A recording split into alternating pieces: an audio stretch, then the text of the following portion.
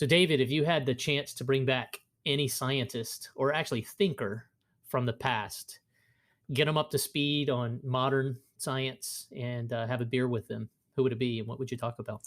Oh gosh. I don't know. That's a tough question. I would probably pick somebody like maybe Leonardo da Vinci or Copernicus or somebody like that.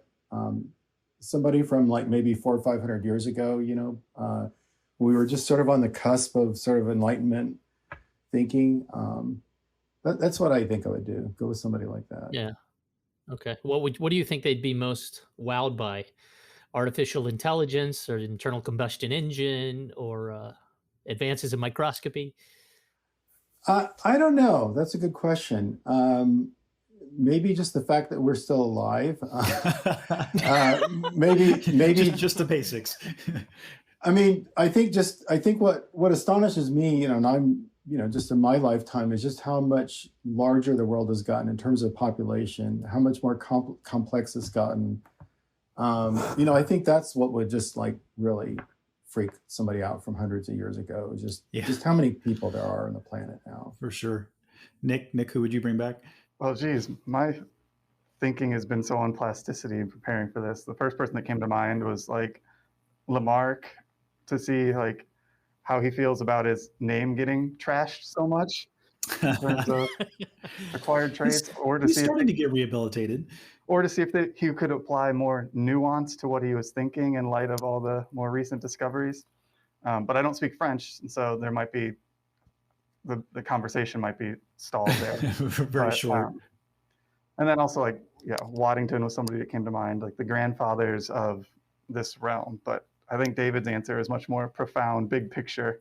I kind of thought you guys might say Waddington. So what do you think Waddington would think about the state of the field? I think he'd probably say, "I told you so," and so because I mean it's funny in science. A lot of I know I've had conversations with Carl Schlichting about this. That a lot of things that people get really excited about. It's sort of like things that people had talked about at some prior time in some capacity. You can find, if not direct sort of antecedents of that idea, you can certainly find sort of the vestiges of it there. Yeah, I think he and Mary Jane Westerberg probably would have been pretty good friends and collaborated on writing and expounding on some of this stuff.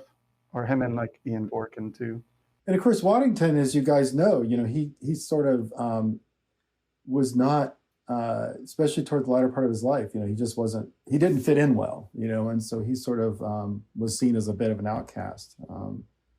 And of course, that's continued to this day, I think. And he worked up till when? Like, what was his last working period? He died in 1975. So he was having health problems in the last, because he was a very heavy smoker. And so he died in 1975. He was born in 1900, so he was 75 years old. But he was pretty active right till the end. All right, one more quick warm-up question. Nick, what pandemic hobby have you picked up? Pandemic hobby. Dungeons and Dragons, actually. All right. Wow. Awesome. Yeah. People still play that? I thought there was only video game versions now. It's all virtual. With my brother was into it, and it was literally at the start of the pandemic because they lived in North Carolina, but we couldn't see each other. And so, he has like a PowerPoint with the board and the characters. And so it works. It's fun. That's great. What about you, David? Hobby? Well, the first part of the pandemic, my hobby was editing a book on plasticity, actually. And so that kind of timing worked out really, really well because it really, for the first year of the pandemic, when it was just starting, when everybody's freaking out, and we were fortunate here that we had really nice weather. So I was just working outside all the time. And I just was working on that book, and it just really took me away from all the stuff happening in the world. And so it was a sort of a godsend in a way.